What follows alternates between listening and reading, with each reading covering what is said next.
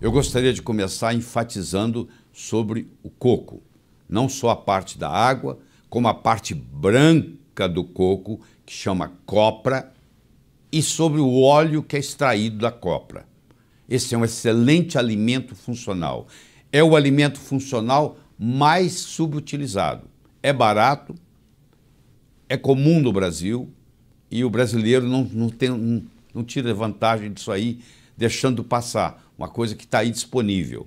Você encontra livros na literatura, inclusive em português, O Milagre de uma Gordura, ou se você quer adquirir só um livro, eu diria que Coconut Cures é o melhor que tem. O Dr. Bruce Fife é a maior autoridade em coco no mundo. Ele é autor de mais ou menos uns 8 ou 9 livros sobre coco, tem inúmeras publicações científicas sobre o coco, e esse livro é o melhor do que ele escreveu até hoje. Então, se você tiver de adquirir você adquire ele na Amazon.com, ele está na forma digital, você pode baixar ele e lê-lo no seu programa Kindle, tá? Se você quer se tornar um especialista em gorduras, porque existe a chamada gordurofobia, onde a pessoa tem medo de gordura, infelizmente, e não é bem assim. Esse livro aí tem 1.281 páginas, é excelente.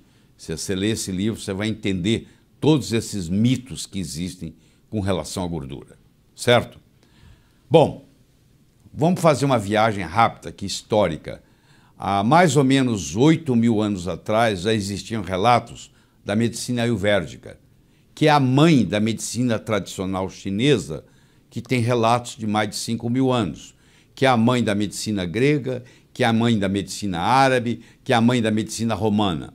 A medicina ocidental, conhecida como alopatia, ela foi criada em 1824 pelo Dr. François Condé, na Suíça, onde pela primeira vez foi dada uma substância para tratar uma doença.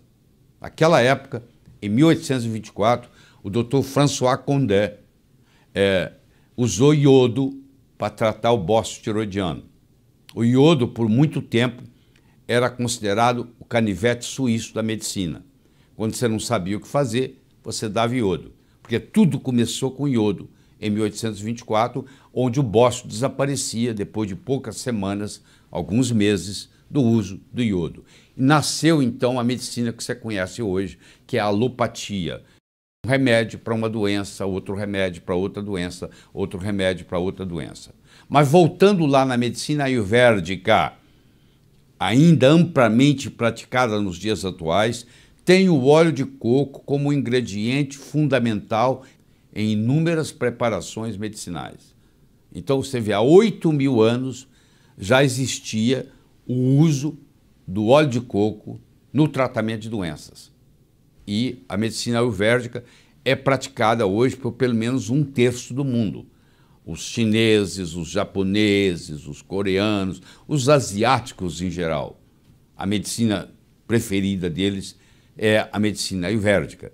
E o uso de óleo de coco em preparação medicinal é muito comum entre esses povos.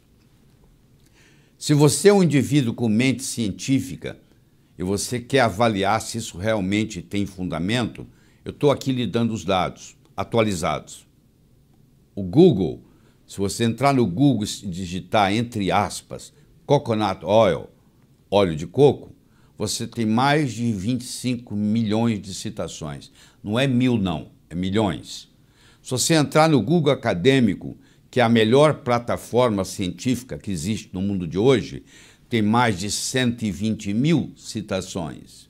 Se você entrar no mercola.com, que é o melhor site médico e o maior site médico mundial americano, tem mais de 9.000 artigos sobre o óleo de coco. Se você entrar no PubMed, que já é hoje uma plataforma mais pobre, ela é estatal, ela tem 1.808 artigos científicos. Isso eu chequei ontem, preparando para essa aula. Ela tem 1.808 artigos científicos. E se você entrar no Amazon.com, for na seção de livros, existem mais de 500 livros no Amazon.com sobre óleo de coco falando bem. Agora eu lhe pergunto, se tem mais de 25 milhões no Google, mais de 120 mil citações científicas no Google Acadêmico, mais de 9 mil artigos no Mercola.com, 1.808 artigos científicos no PubMed, todos falando bem, e mais de 500 livros no Amazon.com falando bem do óleo de coco, o que você está esperando? É barato, é simples, uma colher de sopa tem em torno de 14 gramas de óleo de coco, 1 ou 2 colheres de sopa por dia, você pode colocar no seu café, ele vai ficar um pouquinho mais adocicado, ao invés de você usar açúcar, porque o coco também tem a sua própria açúcar, e você vai estar fazendo um grande bem, principalmente para o seu aparelho cardiovascular, como nós vamos ver aqui no decorrer dessa apresentação. Para você ter uma ideia dessa história de gordura, as gorduras são classificadas em cadeia curta, cadeia média e cadeia longa, porque a gordura é formada de ácido graxo. Eu tenho ácidos graxos de cadeia curta, acético, butírico, capróico. Eu tenho ácido graxo de cadeia média, caprílico, cáprico, láurico. E eu tenho ácido graxo de cadeia longa, mirístico, palmístico, esteárico. Vocês estão vendo aqui que os que são de cadeia média, o caprílico, o cáprico e o láurico, representam 67% dos ácidos graxos do coco. E nós vamos conversar mais especificamente sobre o ácido láurico, que tem propriedades ultra especiais. Só para você ter uma ideia da diferença, eu quero que você compare nesse slide o vermelho com o azul. O vermelho são os ácidos graxos de cadeia longa, como é o mirístico, o palmítico, o esteárico, o araquídico, o beênico, o lignocérico. Vocês estão vendo que eles vão primeiro até o coração, depois eles vão para o fígado, depois eles são carreados pela LDL até os tecidos, trazidos de volta pelo HDL e levados e expulsos e eliminados na bile. Vê a trajetória do vermelho, por favor. Agora observe a trajetória do azul, que são os ácidos graxos de cadeia média, que no caso é o caprílico, o cáprico e o láurico. Os três estão no óleo de coco. Tá? Você vê que eles têm um percurso totalmente diferente. Eles vão pela veia porta, vão até o fígado diretamente, ao invés de passar lá pelo sistema periférico e voltar no fígado, como é o caso do vermelho, o azul vai direto para o fígado. E eles não são armazenados, eles vão ser transformados em energia. E eles são termogênicos, ou seja, eles contribuem para o processo de emagrecimento. Quem falar para você que óleo de coco engorda, não entende de bioquímica, não entende de nutrição. Isso aí te dá uma perspectiva do que está acontecendo. A região Bicol da República das Filipinas tem o maior consumo de coco do país e a mais baixa taxa de doença cardíaca. Essa correlação não existe só na região Bicol. Em todo lugar onde se consome muito óleo de coco, tem-se muito pouco doença cardíaca.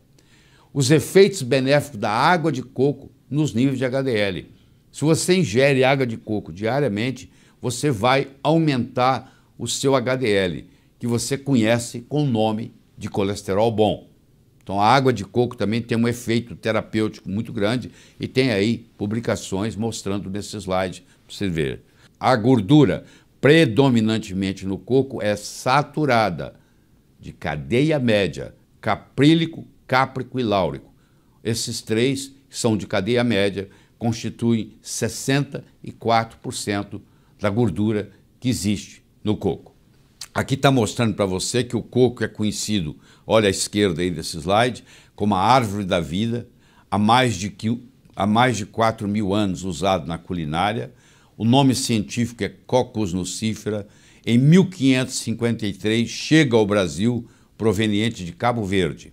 E à direita você tem a composição, vocês estão vendo que tem 47% de ácido láurico, 9% de ácido caprílico, 7% de ácido cáprico, que são os três de cadeia média. Tá? E o ácido láurico, nós vamos discutir daqui a pouco, quando ele cai no estômago, ele transforma-se em monolaurina, e a monolaurina mata fungo, mata bactéria, mata vírus. Uma propriedade muito interessante da monolaurina. Nos Estados Unidos, hoje, eles estão usando monolaurina em casos de pacientes internados com infecção hospitalar resistente a antibióticos. E eles estão salvando vidas com a monolaurina. E você adquire isso aqui simplesmente ingerindo ou a copra, a parte branca do coco, ou o óleo de coco, e isso vai cair no estômago e vai formar uma substância que tem essa ação antibiótica, mas não prejudica como os antibióticos. O leite materno é rico em ácido láurico. 14% da gordura saturada do leite materno é láurico. 47% dos ácidos graxos do coco é láurico.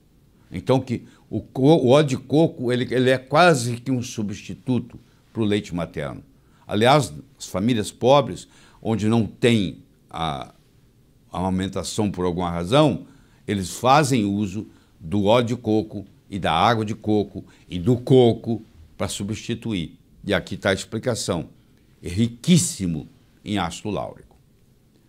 Então não necessita da bile para ser absorvido. Uma pessoa que tem a vesícula removida, ela não consegue absorver gorduras, mas essa gordura de cadeia média não precisa de bile para ser absorvida, facilita a absorção de outros nutrientes, principalmente vitaminas e minerais, não é armazenado no tecido adiposo na forma de triglicérides, não engorda, não requer insulina para o seu metabolismo, ou seja, o diabético pode, sem problema, fazer uso do óleo de coco, é termogênico, significa que aumenta o metabolismo e com isso ajuda no sentido de emagrecimento e é menos calórico do que outras gorduras. Aumenta a termogênese e aumenta a beta-oxidação, o coração usa melhor essa energia. Aumenta a termogênese pós-prandial, ou seja, depois que você ingeriu uma refeição, aumenta o metabolismo. Aumenta a CCK e a PPY, ou seja, aumentando a saciedade. Se você ingerir óleo de coco, você vai comer menos, você vai ter menos fome.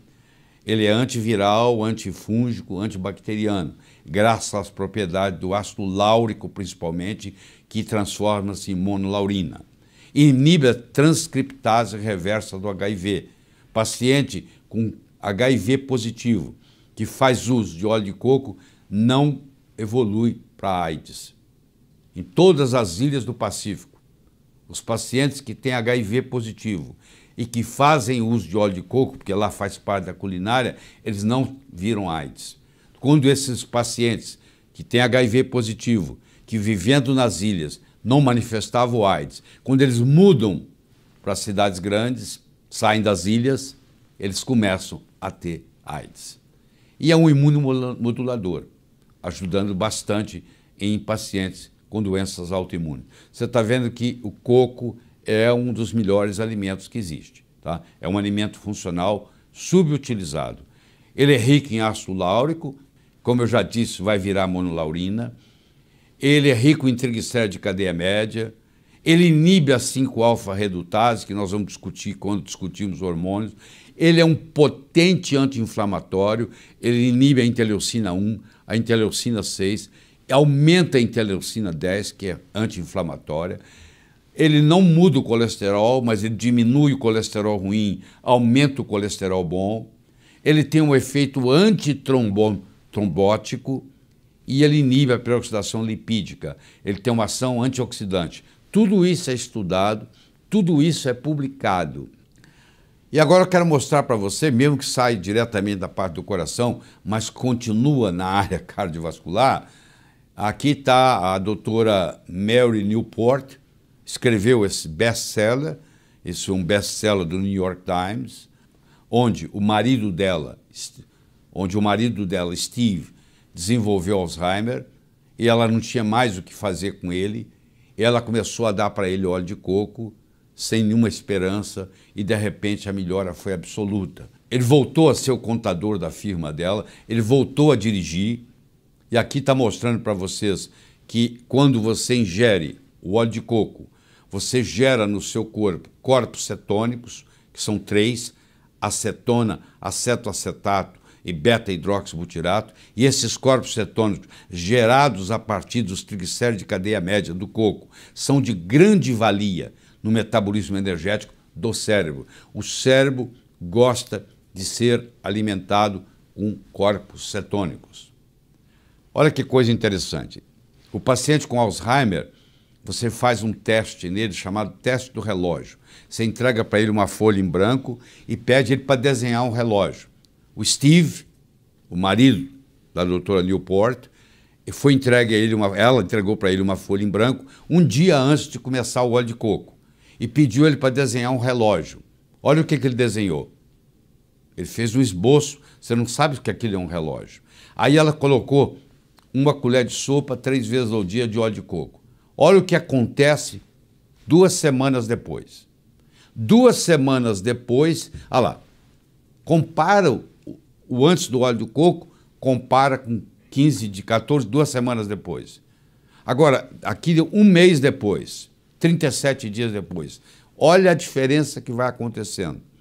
Isso aqui não tem jeito de não ser verdadeiro. Olha lá, mostrando o efeito.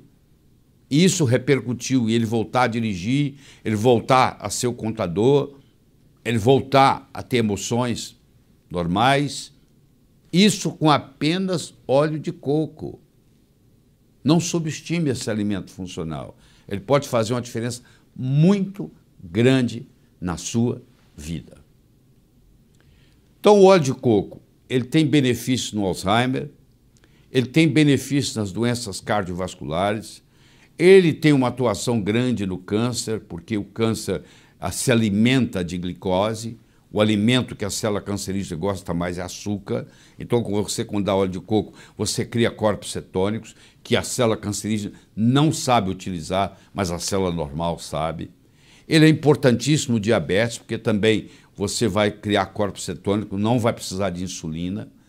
Ele ajuda no tratamento da obesidade e ele ajuda em todos os tipos de infecções, seja por vírus, seja por bactéria, seja por fungo. Tudo isso está publicado, como eu mostrei no começo dessa conversa. Então, eu recomendo você, pelo menos, fazer uma tentativa. Faz uma prova. Durante 15 dias, 2 semanas, toma uma colher de sopa de óleo de coco 2 vezes por dia. Você vai ver a diferença na pele, no sono, no intestino. E claro que o seu coração vai agradecer muito, porque você vai gerar corpos cetônicos e o coração gosta de trabalhar com corpos cetônicos. O seu cérebro vai agradecer muito, porque o seu cérebro também gosta de trabalhar com corpos cetônicos. A sua clareza mental vai melhorar. A sua inteligência vai ficar mais aguçada. Bom, se você quiser estudar mais, eu espero que aqui seja só o começo dessa conversa, eu estou te dando aí 5 sites importantes sobre o óleo de coco. Eu gostaria de enfatizar o terceiro, que é o westernprice.org, que é o melhor site de nutrologia que tem no mundo. E gostaria de enfatizar o último, que é o coconutresearchcenter.org, que é um site que põe as publicações científicas com relação ao óleo de coco. Então, se alguém questionar para você que isso não é científico, você leva essa pessoa até o coconutresearchcenter.org e mostra que toda a parte científica que está lá. Então, isso aí contribui muito para ajudar você a estudar ainda com mais profundidade os benefícios desse alimento funcional subutilizado que é o coco.